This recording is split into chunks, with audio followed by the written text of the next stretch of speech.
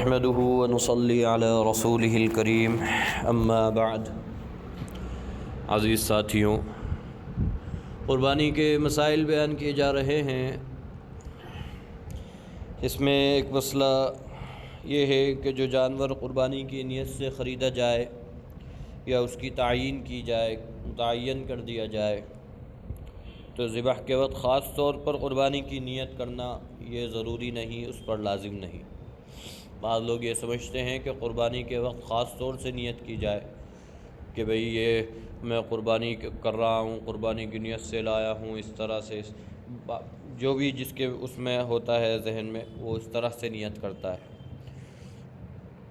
لیکن اس میں مسئلہ یہ نہیں ہے، مسئلہ یہ ہے کہ جب آپ خریدنے گئے جانور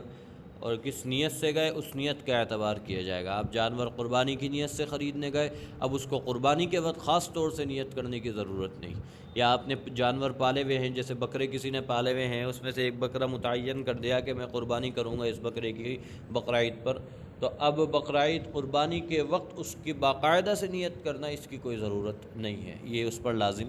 نہیں آتا۔ اسی طرح ایک مسئلہ یہ ہے کہ جو جانور کسی شخص نے اپنے لیے متعین کیا تھا کہ اس کی میں قربانی کروں گا،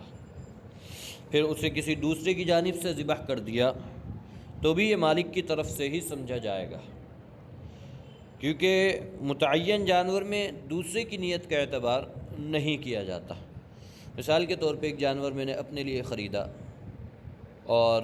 اس میں نے حصے متعین کر دی کہ بھئی فلاں فلاں جائے، یا پھر یہ سمجھو کہ میں نے بکرا خریدا ایک،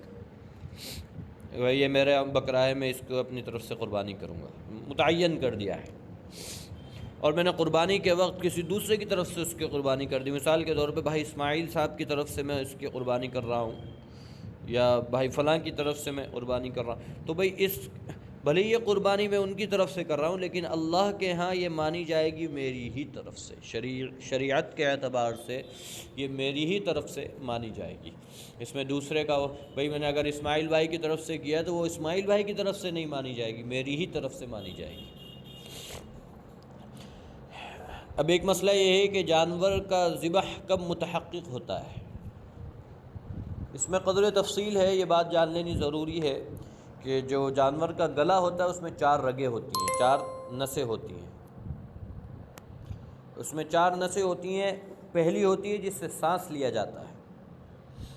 دوسری ہوتی ہے جس سے کھانا پینا اندر جاتا ہے، تیسری اور چوتھی جو 2 رگیں ہیں، 2 نسیں ہیں،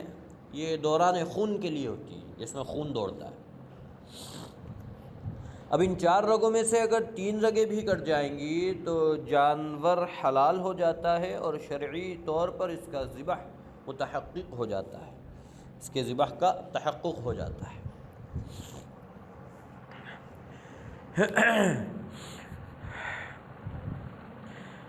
اور ایک مسئلہ یہ ہے کہ جانور کی گردن کے کسی بھی حصے میں چھری چلائی جا سکتی ہے، اس میں بیچ یا کنارے کا کوئی اس میں تعین اس کی نہیں ہے، کوئی تخصیص نہیں ہے کہ بھئی کنارے پہ چلائی جائے یا بیچ ہی میں چلائی جائے۔ جو قصائی بتاتا ہے نشان ہاتھ لگا کے کہ بھئی یہاں پر آپ چھری پھیریں، تو اس لیے بتاتا ہے کہ اس کو پتہ ہوتا ہے یہاں پر اس چھری پھیرنے سے اس کو تکلیف کم ہوگی اور آسانی سے پھر جائے گی، تو اس لیے وہ اس طرح سے اشارہ کر کے بتا دیتا ہے۔ لیکن اگر آپ نے تھوڑا اور نیچے بھی پھیر دی اور اس سے وہ ذبح ہو گیا مکمل، اس کی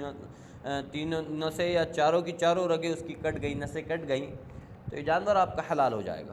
اس میں کوئی تخصیص نہیں ہے کہ آپ بیچ میں ہی پھیریں۔ پھر ایک مسئلہ آتا ہے اونٹ کے ذبح کا۔ اونٹ کو حلال کرنے کا بہتر طریقہ نحر ہے۔ نحر کہتے ہیں گلا کاٹنا، یعنی اس کا اگلا بایاں پاؤں، یعنی جو آگے کے 2 پاؤں ہوتے ہیں اس میں الٹا پاؤں، یہ پاؤں باندھ کر کھڑے اس کی گردن کے نچلے حصے پر نیزہ مار دیا جاتا ہے، اور بسم اللہ پڑھ کے نیزہ مارا، یہ اس کا افضل طریقہ ہے، اس کا بہتر طریقہ یہ ہے، اسے نحر کہتے ہیں، گلا کاٹ دینا، کھڑے کا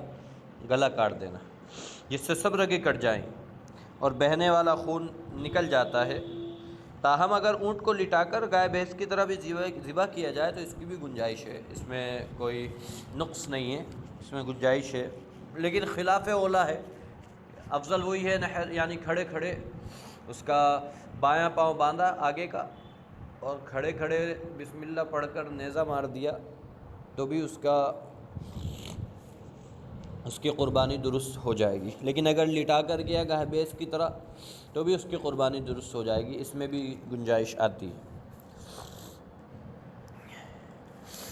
اب ایک بات یہ بھی ہے کہ جب جانور ذبح کیا جا رہا ہے تو اس کی جب چھری پھیری جاتی ہے، اگر چھری کو گدی کی طرف سے پھیرا، پیچھے کی طرف سے، اور جانور کو ذبح کر دیا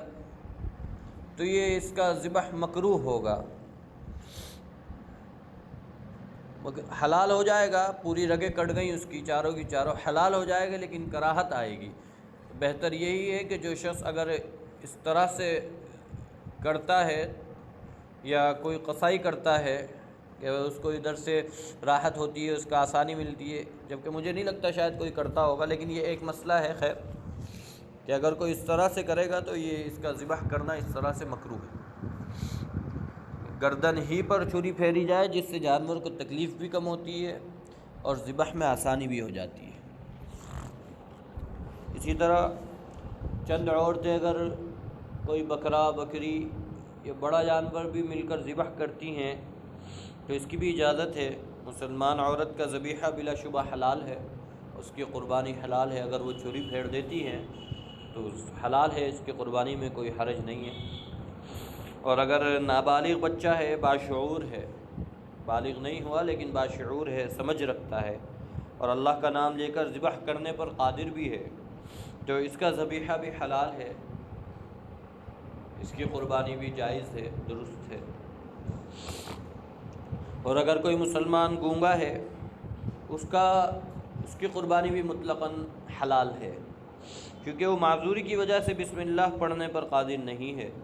لہذا اس کا مسلمان ہونا ہی کافی ہو جاتا ہے۔ ایک آدمی جب بول نہیں سکتا تو بسم اللہ پڑھے گا کیسے؟ تو اس